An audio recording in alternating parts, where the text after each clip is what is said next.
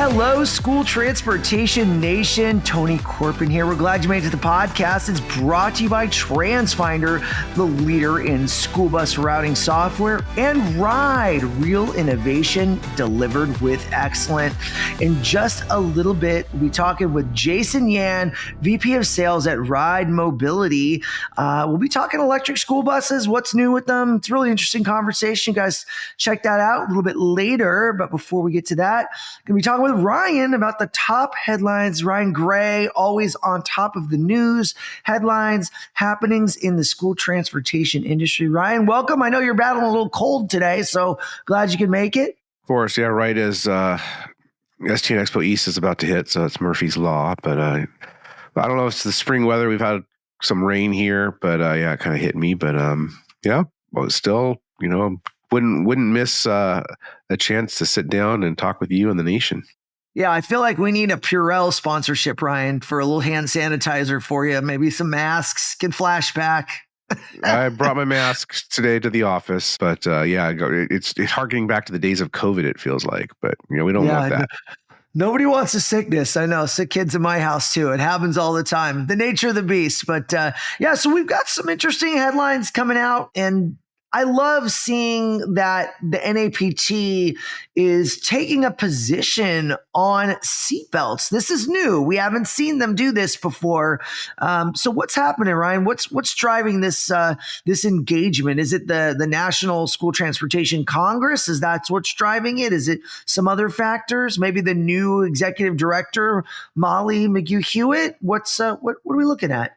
Yeah, well, I think it's a little bit of all of the above, but certainly NAPT made some news rather quietly last week. It actually we caught it on an online article that we found, and spoke with Peter Manella, who's the public policy liaison over there at NAPT, of course, formerly the executive director of the New York Association for People Transportation. And he told me actually this position was finalized and approved in the fall. And it's just now the public outreach campaign is happening with NAPT. They are, drumroll, advocating seatbelts. So previously, Tony, they did come out and they were in the same side of the fence as NSTA, the National School Transportation Association, where they were essentially saying, hey, hold on, there's way too much research that still needs to be taking place, really at the hands of the National Highway Traffic Safety Administration. As you will recall, and as NAPT's paper discusses, NHTSA in 2011 published a final rule requiring lap shoulder belts on school buses that weigh 10,000 pounds GVWR or less. So the Type A single rear wheel buses, because those buses, vans as they're called in New York, they most closely mimic the crash forces that we see in our personal vehicles, our cars and our trucks, light duty. So NHTSA felt it was appropriate to require lap shoulder belts in those school buses, but not in the larger school buses. And then in 2015, they came back and famously, Mark Rosenkind was the administrator at the time, and they did this big presentation, this big demonstration out at IMI, I believe, Safeguard.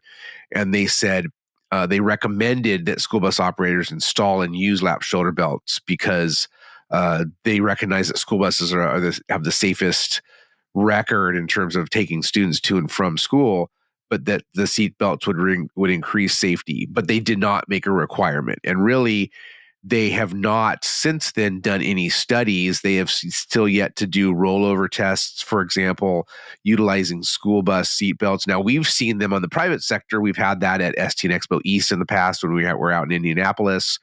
The folks, our friends over there at IMI and Safeguard, did a couple of those for us. They have some great videos. We have some on our website that shows what happens to student riders in the event of different collisions if they're not belted in. So, but NHTSA has really dropped that and really has, as we know, has been focusing more on illegal passing and the danger zone when it comes to school buses. So NAPT said, hey, that still needs to happen, but they are taking a stronger stance and advocating now for the use of 3-point lap shoulder belts. And really still, as they were before, still saying that in absence of that scientific data from NHTSA, that the decision really needs to be made at the local level. So that has not changed, but it's just that they are more forcefully saying, hey, we advocate that this is the best thing for the kids. And in terms of technology, that plays a role. Certainly NTSB, the National Transportation Safety Board, they have been advocating for seat belts on school buses for years and years and years. And really, those calls have been falling on deaf ears at the federal level, as we mentioned. But there's differing points of view out there, obviously, when it comes to this issue. It's called the Great Seatbelt Debate for a reason. But we've recently seen the seatbelt issue really become debated in Ohio. It's being debated in the legislature in Oklahoma right now. And certainly NAPT taking this opportunity to say, hey, there's a new regime, definitely new leadership. You mentioned Molly McGee Hewitt. And I've heard from her that she definitely has been taking a harder look at some of the NAPT's past positions. So certainly, the board approved that, and going forward, NAPT is joining now NASDIPS, the National Association for State Directors of People Transportation Services, which several years ago came out, and they were the first national association to really advocate for lap shoulder seatbelts. So now NAPT and NASDIPS are both on the same side of the fence, seemingly on this issue. So certainly, as you mentioned, Tony, coming up on the National Congress in School Transportation in May, we've seen a lot. I don't know. I have not seen anything yet where seat belts will be discussed, but certainly it could be part of those discussions. But when you're talking about that safety equipment, we're going to have a session in Charlotte in Concord, North Carolina at STN Expo East this weekend that's talking about, hey, what safety equipment should be standard on school buses. Again, last year we saw that Bluebird was making lap shoulder belts standard on their buses starting last fall. And I know they have a new regime, so we're checking with them to see, where that stands. IC Bus recently, actually last week, announced on their electric school buses and eventually all their buses, they're going to have the First Light safety products as standard, so that visibility. So, crossing gates at the front of the school buses, we've talked about that. There was an article earlier this year, should those be mandated? So a lot of safety equipment, when you're looking at what's best for the kids, what can we do as an industry to make that iconic yellow school bus already so safe, even safer? Because it's all about reducing that liability and keeping those kids and the drivers as safe as possible. So you can check out more about NAPT's position paper over on stnonline.com. Yeah, safety is always paramount, Ryan. I know when we did our Transportation Director Summit surveys, safety always comes out on top in terms of priorities. A big one is bullying and student behavior. Those tend to top the list as well, dealing with that. And, people are always looking at technology solutions. It also comes back to training, right? I mean, I think that ultimately the better the training, the better the outcomes. We can throw a lot of technology at things, but without the proper training, it's never going to be as good as that. So, it's a people business. People managing people definitely comes down to the leadership at the organization, at the district level, at the contractor level. What are they doing to invest in their people? Are they sitting in conferences like STN Expo East to get the value, to get those conversations going with people in their peer group to really elevate their school transportation operation, elevate themselves as leaders, raise their game? I mean, and that's kind of the cornerstone of STN Expo East, right? With Scott Welly, his keynote really is to do that. He's taking sports psychology. He's trying to elevate our leaders' game to really the next level. What are the things, the framework that we put out there, and how do we kind of redefine what we do as an industry, what we do as individuals, and how does that kind of come off to the public, to different stakeholders, to parents, and make it more meaningful, because we really are doing great work in this industry, and it's good to kind of share that. And so I really think that things like the conference really provide a great opportunity for our attendees and transportation professionals in our whole industry to really elevate themselves. So I'm really excited to see everyone over the next couple of days out in Charlotte, North Carolina, right? March 20th through the 25th. We got a jam-packed agenda. There's so much happening, and really looking forward to it, Ryan. Absolutely, yes. It's definitely been a labor of love, and looking forward to. Of course, networking is always one of the biggest reasons, if not the reason, why folks want to go to conferences. It's certainly the learning as well that runs a very close second. But I think that the networking and being in those classrooms, being at the events, being out at the Ride and Drive track, being at the TD Summit, listening, being at the trade show, walking the trade show, and hearing from your peers the issues they're dealing with, knowing that, hey, they're dealing with something that I am. I know I'm not going crazy here. And that exchange of ideas, that's always what makes that in-person event so powerful. So really looking forward to hearing and having some great conversations with folks out in North Carolina. Yeah, absolutely. And then also just a quick note to mention it, we'll also be out at the ACT Expo in April, Advanced Clean Transportation. It's a little more focused on trucking, but it's always a good place to see what innovative new technologies are on the horizon in the green energy space, especially from a lot of our big manufacturers that are out there like International Motors and Daimler and Cummins. And there's so many companies. Ride Mobility is there. I think Green Power probably goes. There's a lot of companies that go that are in our ecosystem. Bluebird's another one, just to kind of be present. And a lot of these guys are starting to go into commercial vehicles. Obviously, Daimler and International are more on the trucking side, very heavy.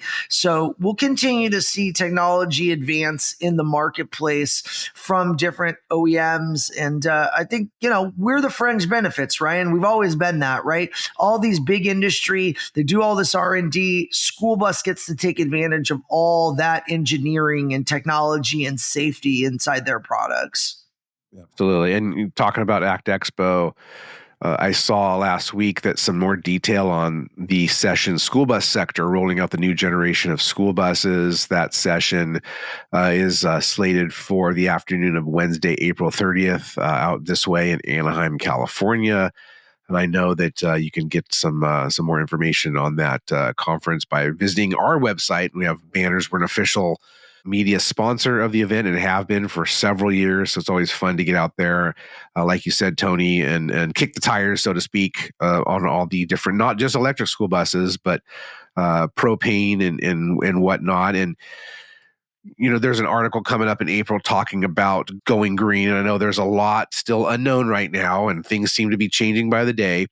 But certainly with the electric, vehicle, quote unquote, mandates, which really aren't mandates on a federal level anyways, there are options out there. And so looking forward to this session on April 30th that I mentioned. I see that there's more detail so far. Brad Beecham, the EV product segment leader from Bluebird, he's going to be moderating that session. Going to be joined by panelists Jennifer Harp, who's the VP of Electric Vehicles Programs for First Student, Lauren Lynch, the Senior Mechanical Engineer Researcher for the National Renewable Energy Laboratory, and Taylor Sayward, the Account Executive for Schools at the Mobility House. So again, you can get more information on that conference at ACT Expo, actexpo.com. Certainly we have information on our site as well. We're pushing out some stuff on social media, so we'll get some more details out there for folks if you want to learn more about that. Excellent. Well, we got some more headlines coming up right after this. Hey guys, what do software, hardware, and safety have in common? One word: TransFinder. At the STN Expo in Reno, TransFinder won 3 Innovation Choice Awards voted on by STN Expo attendees for best software, best hardware, best safety technology. TransFinder's Route Finder plus routing solution and apps, Stop Finder and Wayfinder are well known in the industry. Not everyone realizes TransFinder provides hardware like card readers, tablets, and mounts. And as for safety, Patrol Finder for schools is TransFinder's latest solution designed to make buses and campuses safer. TransFinder's president and CEO, Antonio Civitella, said the recognition means so much because it's voted on by STN Expo attendees. Civitella said, "We know a lot is riding on TransFinder because a lot is riding on those yellow buses that travel through our communities. TransFinder must continue to innovate as more is being expected of transportation departments from district leadership as well as parents." Learn more at transfinder.com. That's transfinder.com. So we got wind last week of a massive RFP for technology coming out from New York DOE. And if I'm not mistaken, Ryan, I've heard that it's 10,000 buses, and it's a technology RFP around software, tablets, student ridership. It's got to be the largest one I've ever heard of for a single RFP. What are you getting out there? What are you hearing in the industry? Yeah, well, like you said, it just hit the streets, and it's not new. So essentially, what we're looking at is, like you mentioned, that technology piece, and so when you say New York Department of Education, it's the New York City Department of Education. So we're talking about the city here. Lots of school buses, obviously the biggest school district in the nation, and back in I think it was 2018. That's basically it's a very similar bid to what that was, and that one was for $36 million awarded to VIA, and that was for the GPS and telematics, also student ridership, and that has never really gotten off the ground. It was supposed to be a 5-year contract. I think that from what I've heard, this is very similar. I think that's it's probably going to be a little bit more money. I haven't seen the details on it. So when you're looking at New York City, a ridership of 170,000 kids or whatnot, I mean, it's the biggest fleet certainly in the state of New York. New York has the biggest fleet of school buses in the country. 10,000 or so buses. That's a lot. So certainly, when it comes to technology, and we were talking about safety earlier, safety is always the number one thing. So folks are looking to see how can we use technology to be even safer? How can we, of course, increase efficiencies and whatnot? But folks are always looking at safety technology. You mentioned it, Tony, tablets, routing software, the turn-by-turn directions that tablets provide from their routing. Student ridership, right? Keeping track of the kids. Student ridership, student ridership verification. And that's what was supposed to be part of this deal that was signed with VIA. And again, that just has never gotten off the ground. And, New York City is big time politics, things at the federal level. I mean, I think that stuff that going on in New York City is just as big. So there's a lot there to unpack, and I know we'll get more details on that. But I know, Tony, you've talked with several of the companies that are licking their chops, and they're all interested in this because, of course, when you're talking about contracts worth tens of millions of dollars, that's going to get a lot of people's attention. Yeah, no, absolutely. So it's just good to kind of keep an eye on these big things that are happening out there. And we see more and more districts look at their technology stack and how can they work with top technology companies in the industry to really elevate their game, right? And definitely there's a lot out there that we've seen a lot of RFPs come out in the last, 12 to 24 months. And I'm sure there's more on the horizon from big school districts and small school districts alike. So really a great place to go. Bus Technology Summit at SC and Expo East, right? Like all these companies are going to be there demoing their products, showing them off, showing customers what they can do. You can compare apples to apples or apples to oranges or apples to bananas, right? However you want to do it. But we're bringing all these manufacturers together under one roof for you guys to go through and get a deep dive, get a deeper understanding of what these products actually can do for your district or company. So we really have tried to lean in on this. We're going to also offer Bus Technology Summit at ST and Expo West in Reno for the first time ever. So look out for that in 2025 as well. That's going to be July 11th through the 16th. Early bird special is open, save $200 through mid-April. Take advantage of the discounts while they last. So got a bit of a limited time on that. But yeah, Ryan, I'm really excited to see what comes of it. When you've got something so big, there's a lot of intricacy and elements that go into this. And when you look at routing software, you look at tablets, you look at GPS, you look at, if it's Wi-Fi on buses, if it's, like you said, student ridership, mobility, there's just so much there depending on what they want. And they may decide, hey, this is just more than we want to spend.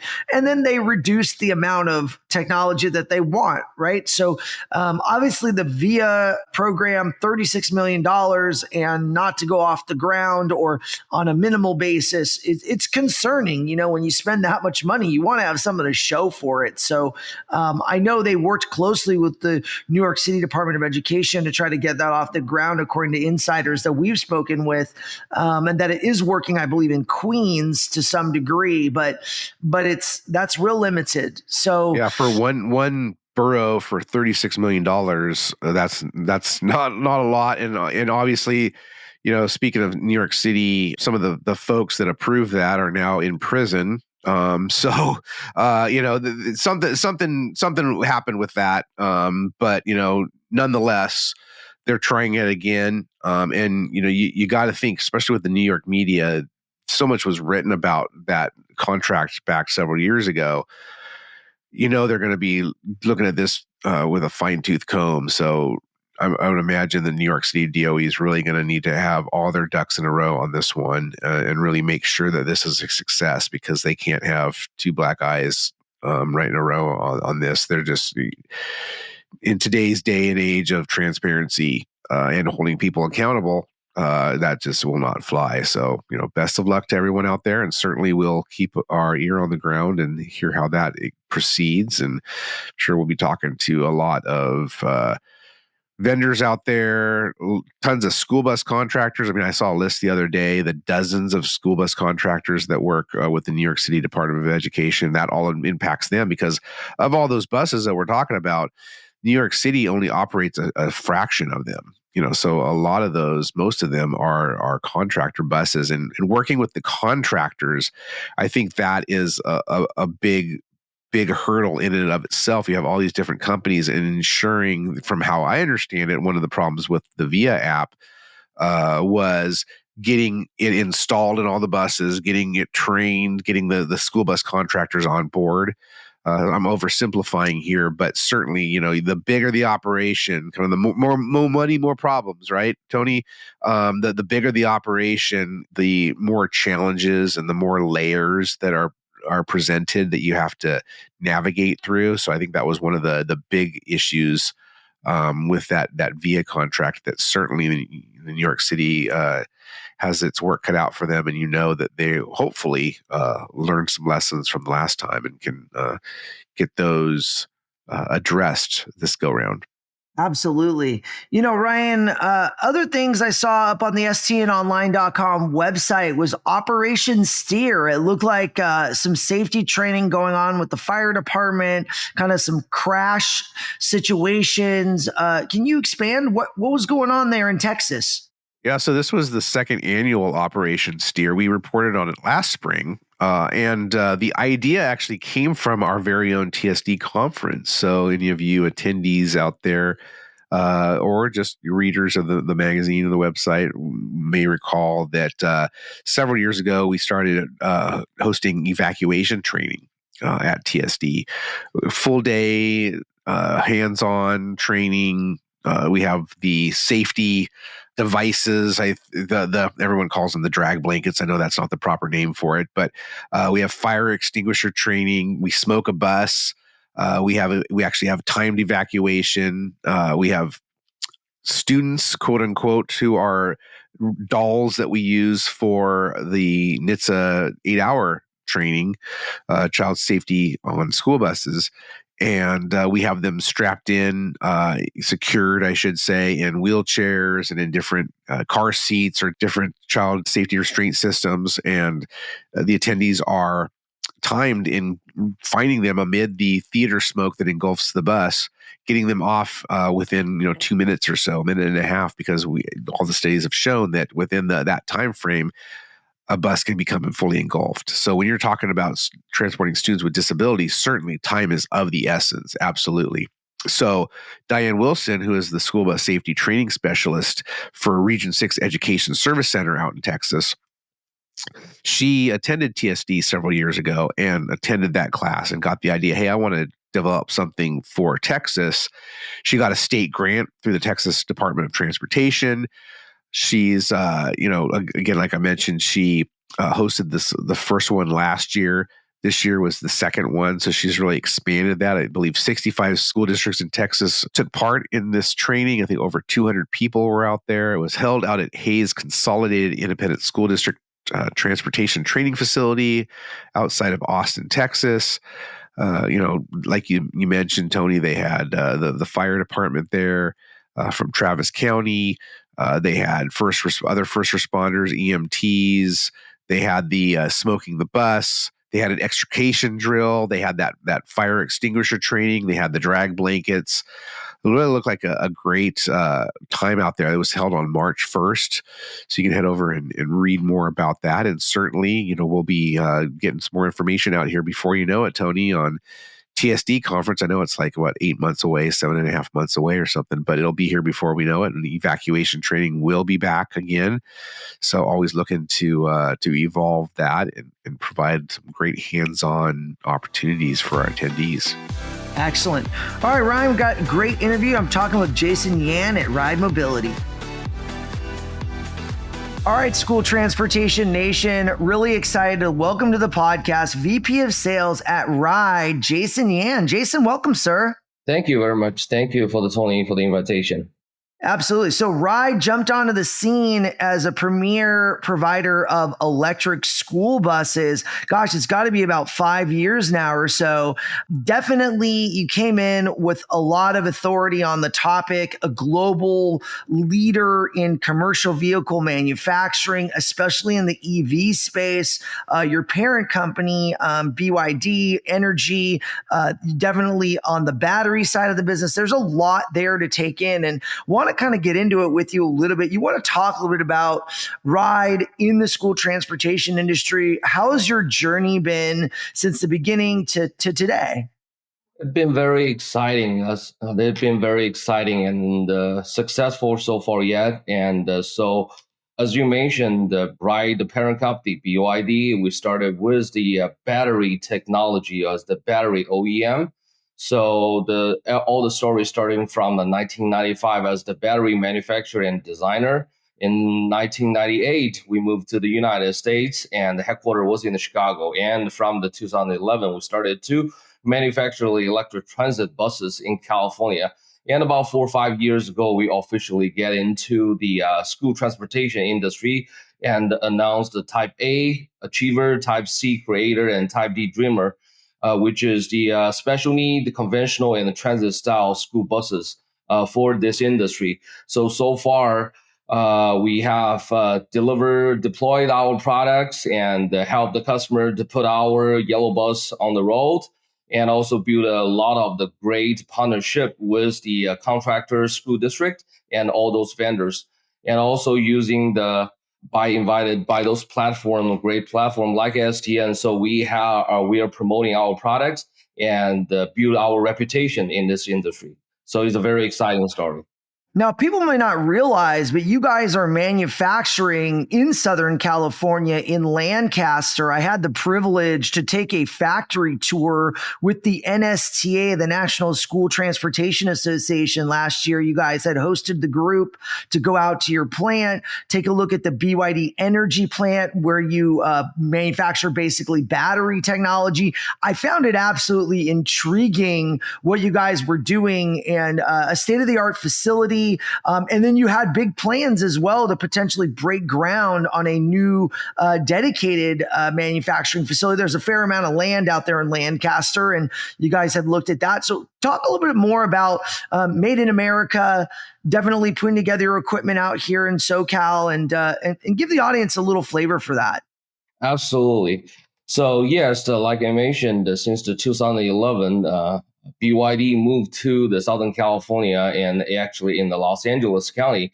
So 2013, we started the electric transit bus manufacturer, which factory locates in Lancaster, California. And right now, this factory has 550,000 square foot manufacturing site.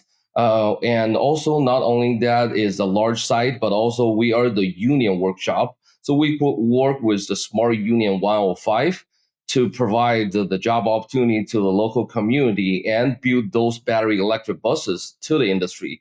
And you're right, at this moment, is about 4 or 5 miles away of the existing plant. Ride Mobility is going to build another facility which has 600,000 square foot space. So this facility will be dedicated for the electric school bus manufacturing in Lancaster, California. Excellent. And, when I also toured the BYD energy plant, I got to see how the cake is made. It's like, how is a battery put together? Obviously, the battery cells come in from overseas, and then you package them inside like a metal box, right? And then all the cells are placed inside that box and then laser closed. All the quality control that goes into the creation of that battery technology. And then there's a lot of repeatability. And I thought it was so interesting because, as the batteries are done, it's replaceable. So if there's ever a failure of any sort, it's really easy to have a much more modular design. You want to talk about the uniqueness of your battery technology being a global leader in battery manufacturing? Absolutely. So BYD is the battery innovator in the industry since the 1995. We have all kinds of the battery technologies, but we selected the lithium iron phosphate battery as the battery chemistry to put into the public transportation, of course, the school transportation industry. Why? Because it's safe. Why? Because it has a long life. So because of the safety the most rigid safety standard and also the long lifetime, that makes the Ride Mobility to provide all the customers with the 12 years battery warranty. And yes, you're right. The BYD, the Ride Energy locates in Lancaster. We do the assembly and the production for the battery pack. And those battery modules are modularized designed, which offers the customer the most easy or the convenient maintenance and replacement, the procedure to help the customer to improve the operation efficiency. So because of its safety standard, long lifetime, and the modularized design to give the customer to kind of like the maximum guarantee the customer performance on the operations. Now, I know during the tour, you had shown us some new battery technology that we hadn't really seen before that was going to find its way into the new Creator, which I know you just launched at ST and EXPO in 2024, and it won Best Green Technology, voted on by ST and EXPO attendees, which congratulations for that. Having a new bus, always nice to have an award to tack onto that. And so there's a battery technology that we call blade batteries. And, it's my understanding those batteries are going to provide a much denser energy load, which are going to increase the range, right? So looking at how much range you can get out of the current batteries versus this new technology, can you explain what's going on in terms of the technology and the advancement of battery technology here? Okay, absolutely. Yes, then Tony, thank you very much. And yes, we officially announced Type C Creator Bus in STM Reno last year in 2024 and got the award of the most innovative bus design. And thanks all STN and all the audience to vote for this bus model. So yes, the Blade battery is installed and equipped in the Type C Creator Bus right now. So the Blade battery is actually the lithium iron phosphate single cell battery with a special design, which can be placed in a cluster and inserted into the battery pack like a blade. It is made in a various lengths and thickness. The space utilization of the battery pack is increased significantly compared to the other existing lithium battery pack design. So the battery chemistry is still the lithium iron phosphate, which holds the safety and the longevity, but also is the special pack design, a cell design to make it more optimistic on the space utilization and the weight to make the lighter weight.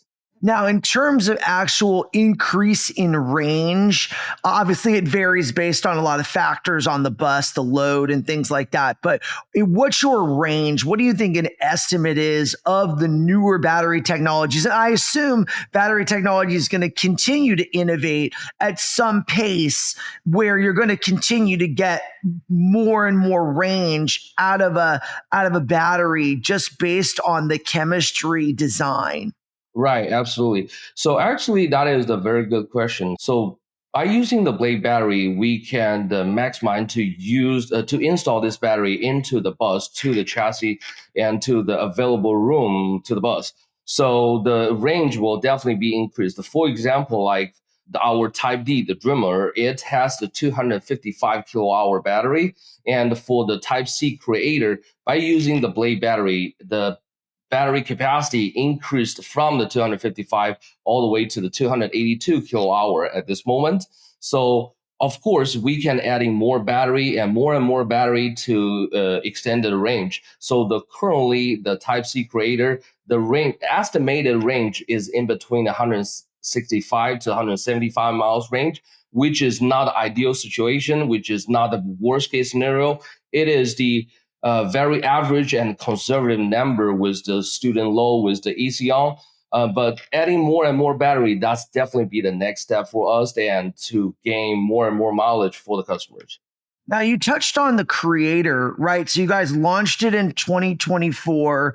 I assume you're taking orders for it now and you anticipate delivery in 2025? Yes, absolutely. So the Type C Creator bus will start to be massive delivered in 2025. Since last year, we announced this model in the STN Reno. So a lot of the customers, especially the central region and East Coast customer, shows the tremendous interest about the bus model, and they started to place the order by using the different funding sources because the conventional style, the school buses is very, very popular in the majority of the market and also in the rural area to provide you the kind of like the operation like that.